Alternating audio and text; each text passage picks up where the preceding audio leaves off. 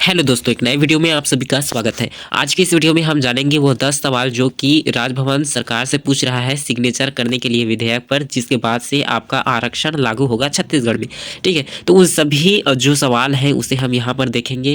तो यहाँ पर आप देखेंगे तो संशोधन विधेयक में क्रमांक 18-19 पारित करने के पूर्व अनुसूचित जनजाति और अनुसूचित जनजाति के संबंध में मात्रात्मक विश्लेषण संग्रहित किया गया था। दूसरा क्वेश्चन उन्होंने पूछा है कि सुप्रीम कोर्ट में इंदिरा साहनी मामले के अनुसार 50% से अधिक विशेष एवं बाध्यकारी परिस्थितियों में ही आरक्षण दिया जा सकता है, अतः उक्त विशेष बाध्यकारी परिस्थिति का विवरण क्या है, ये पूछा गया है। राज्य शासन में हाई कोर्ट में 19 सितंबर 2022 को 8 सारणी में विवरण भेजा था, जिस पर कोर्ट ने कहा था कि ऐसा कोई विशेष प्रकरण निर्मित नहीं है कि 50% से अधिक आरक्षण दिया जाए। इस निर्णय के बाद ऐसी क्या विशेष परिस्थिति उत्पन्न हो गई जिसके कारण आरक्षण की सीमा बढ़ाई। आगे चौथा क्वेश्चन यहाँ पर पूछा गया है, सुप्रीम कोर्ट में इंदिरा साहनी के मामले में कहा गया था कि एससी एसटी सामाजिक आर्थिक और शैक्षणिक रूप से पिछड़े हुए नागरिकों में आते हैं। इस संबंध में राज्य के एससी एसटी व्यक्ति किस प्रकार पिछड़े हुए हैं, यह भी जानकारी उन्हें देनी है।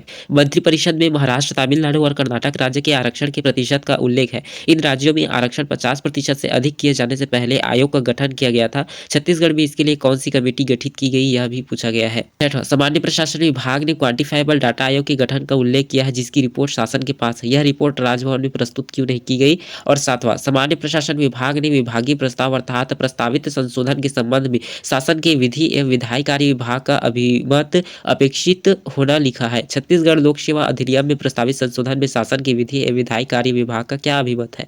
आठवां, विधेयक में नवीन धारा स्थापित कर आर्थिक रूप से कमजोर वर्ग को 4% आरक्षण दिए जाने का प्रावधान किया गया है। क्या शासन को आर्थिक रूप से कमजोर वर्ग के लिए संविधान के अनुच्छेद 16 के तहत पृथक से अधिनियम लाना चाहिए था। और नौवां है, हाईकोर्ट में राज्य शासन ने बताया है कि एससी एसटी के व्यक्ति कम संख्या में चयनित हो रहे हैं। ऐसे में यह बताया कि एससी एसटी राज्य की सेवाओं में क्यों चयनित नहीं हो रहे हैं।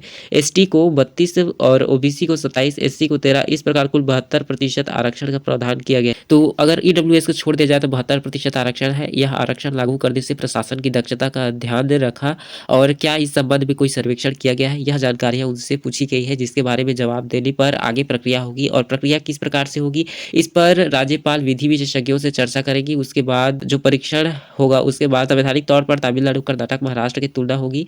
फिर सुप्रीम कोर्ट के जजमेंट के आधार पर संशोधित विधेयक की जांच होगी और विधि विशेषज्ञों से यह जानकारी जुटाई जाएगी कि क्या बिल को कोर्ट में चैलेंज तो नहीं कर पाएगा इस बात पर। तो विधेयक पर बवाल की मुख्य वजह, जैसा कि आप जानते हैं, 4% आरक्षण यहाँ पर दिया गया है ईडब्ल्यूएस को, जबकि केंद्र ने आरक्षण व्यवस्था 50% और आर्थिक रूप से कमजोर वर्ग के लिए 10% आरक्षण देने को कहा है। तो ओबीसी का आरक्षण 16 से बढ़ाकर 27% कर दिया गया है। एससी वर्ग का आरक्षण 16 से घटाकर 13% कर दिया गया है। वहीं आपको बता दें, राजभवन के सूत्रों से यह जानकारी मिली है कि राज्यपाल राज्य सरकार से नाराज इसलिए भी है क्योंकि 2 दिसंबर की रात को जहां 5 मंत्रियों ने संशोधन विधेयक दिया, लेकिन उसके साथ क्वांटिफिएबल डाटा आयोग की रिपोर्ट को नहीं सबमिट किया।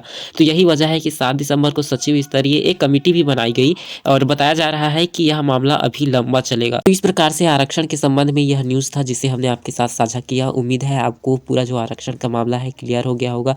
कहाँ और क्यों यहाँ पर जो आरक्षण विधेयक है उस पर सिग्नेचर नहीं किया जा रहा है और आगे क्या हो सकता है और कितना समय लग सकता है, इसके बारे में आप अंदाज़ा लगा सकते हैं। ठीक है दोस्तों, मिलते हैं एक नए वीडियो में आपके लिए महत्वपूर्ण अपडेट के साथ। तब तक के लिए जय हिंद।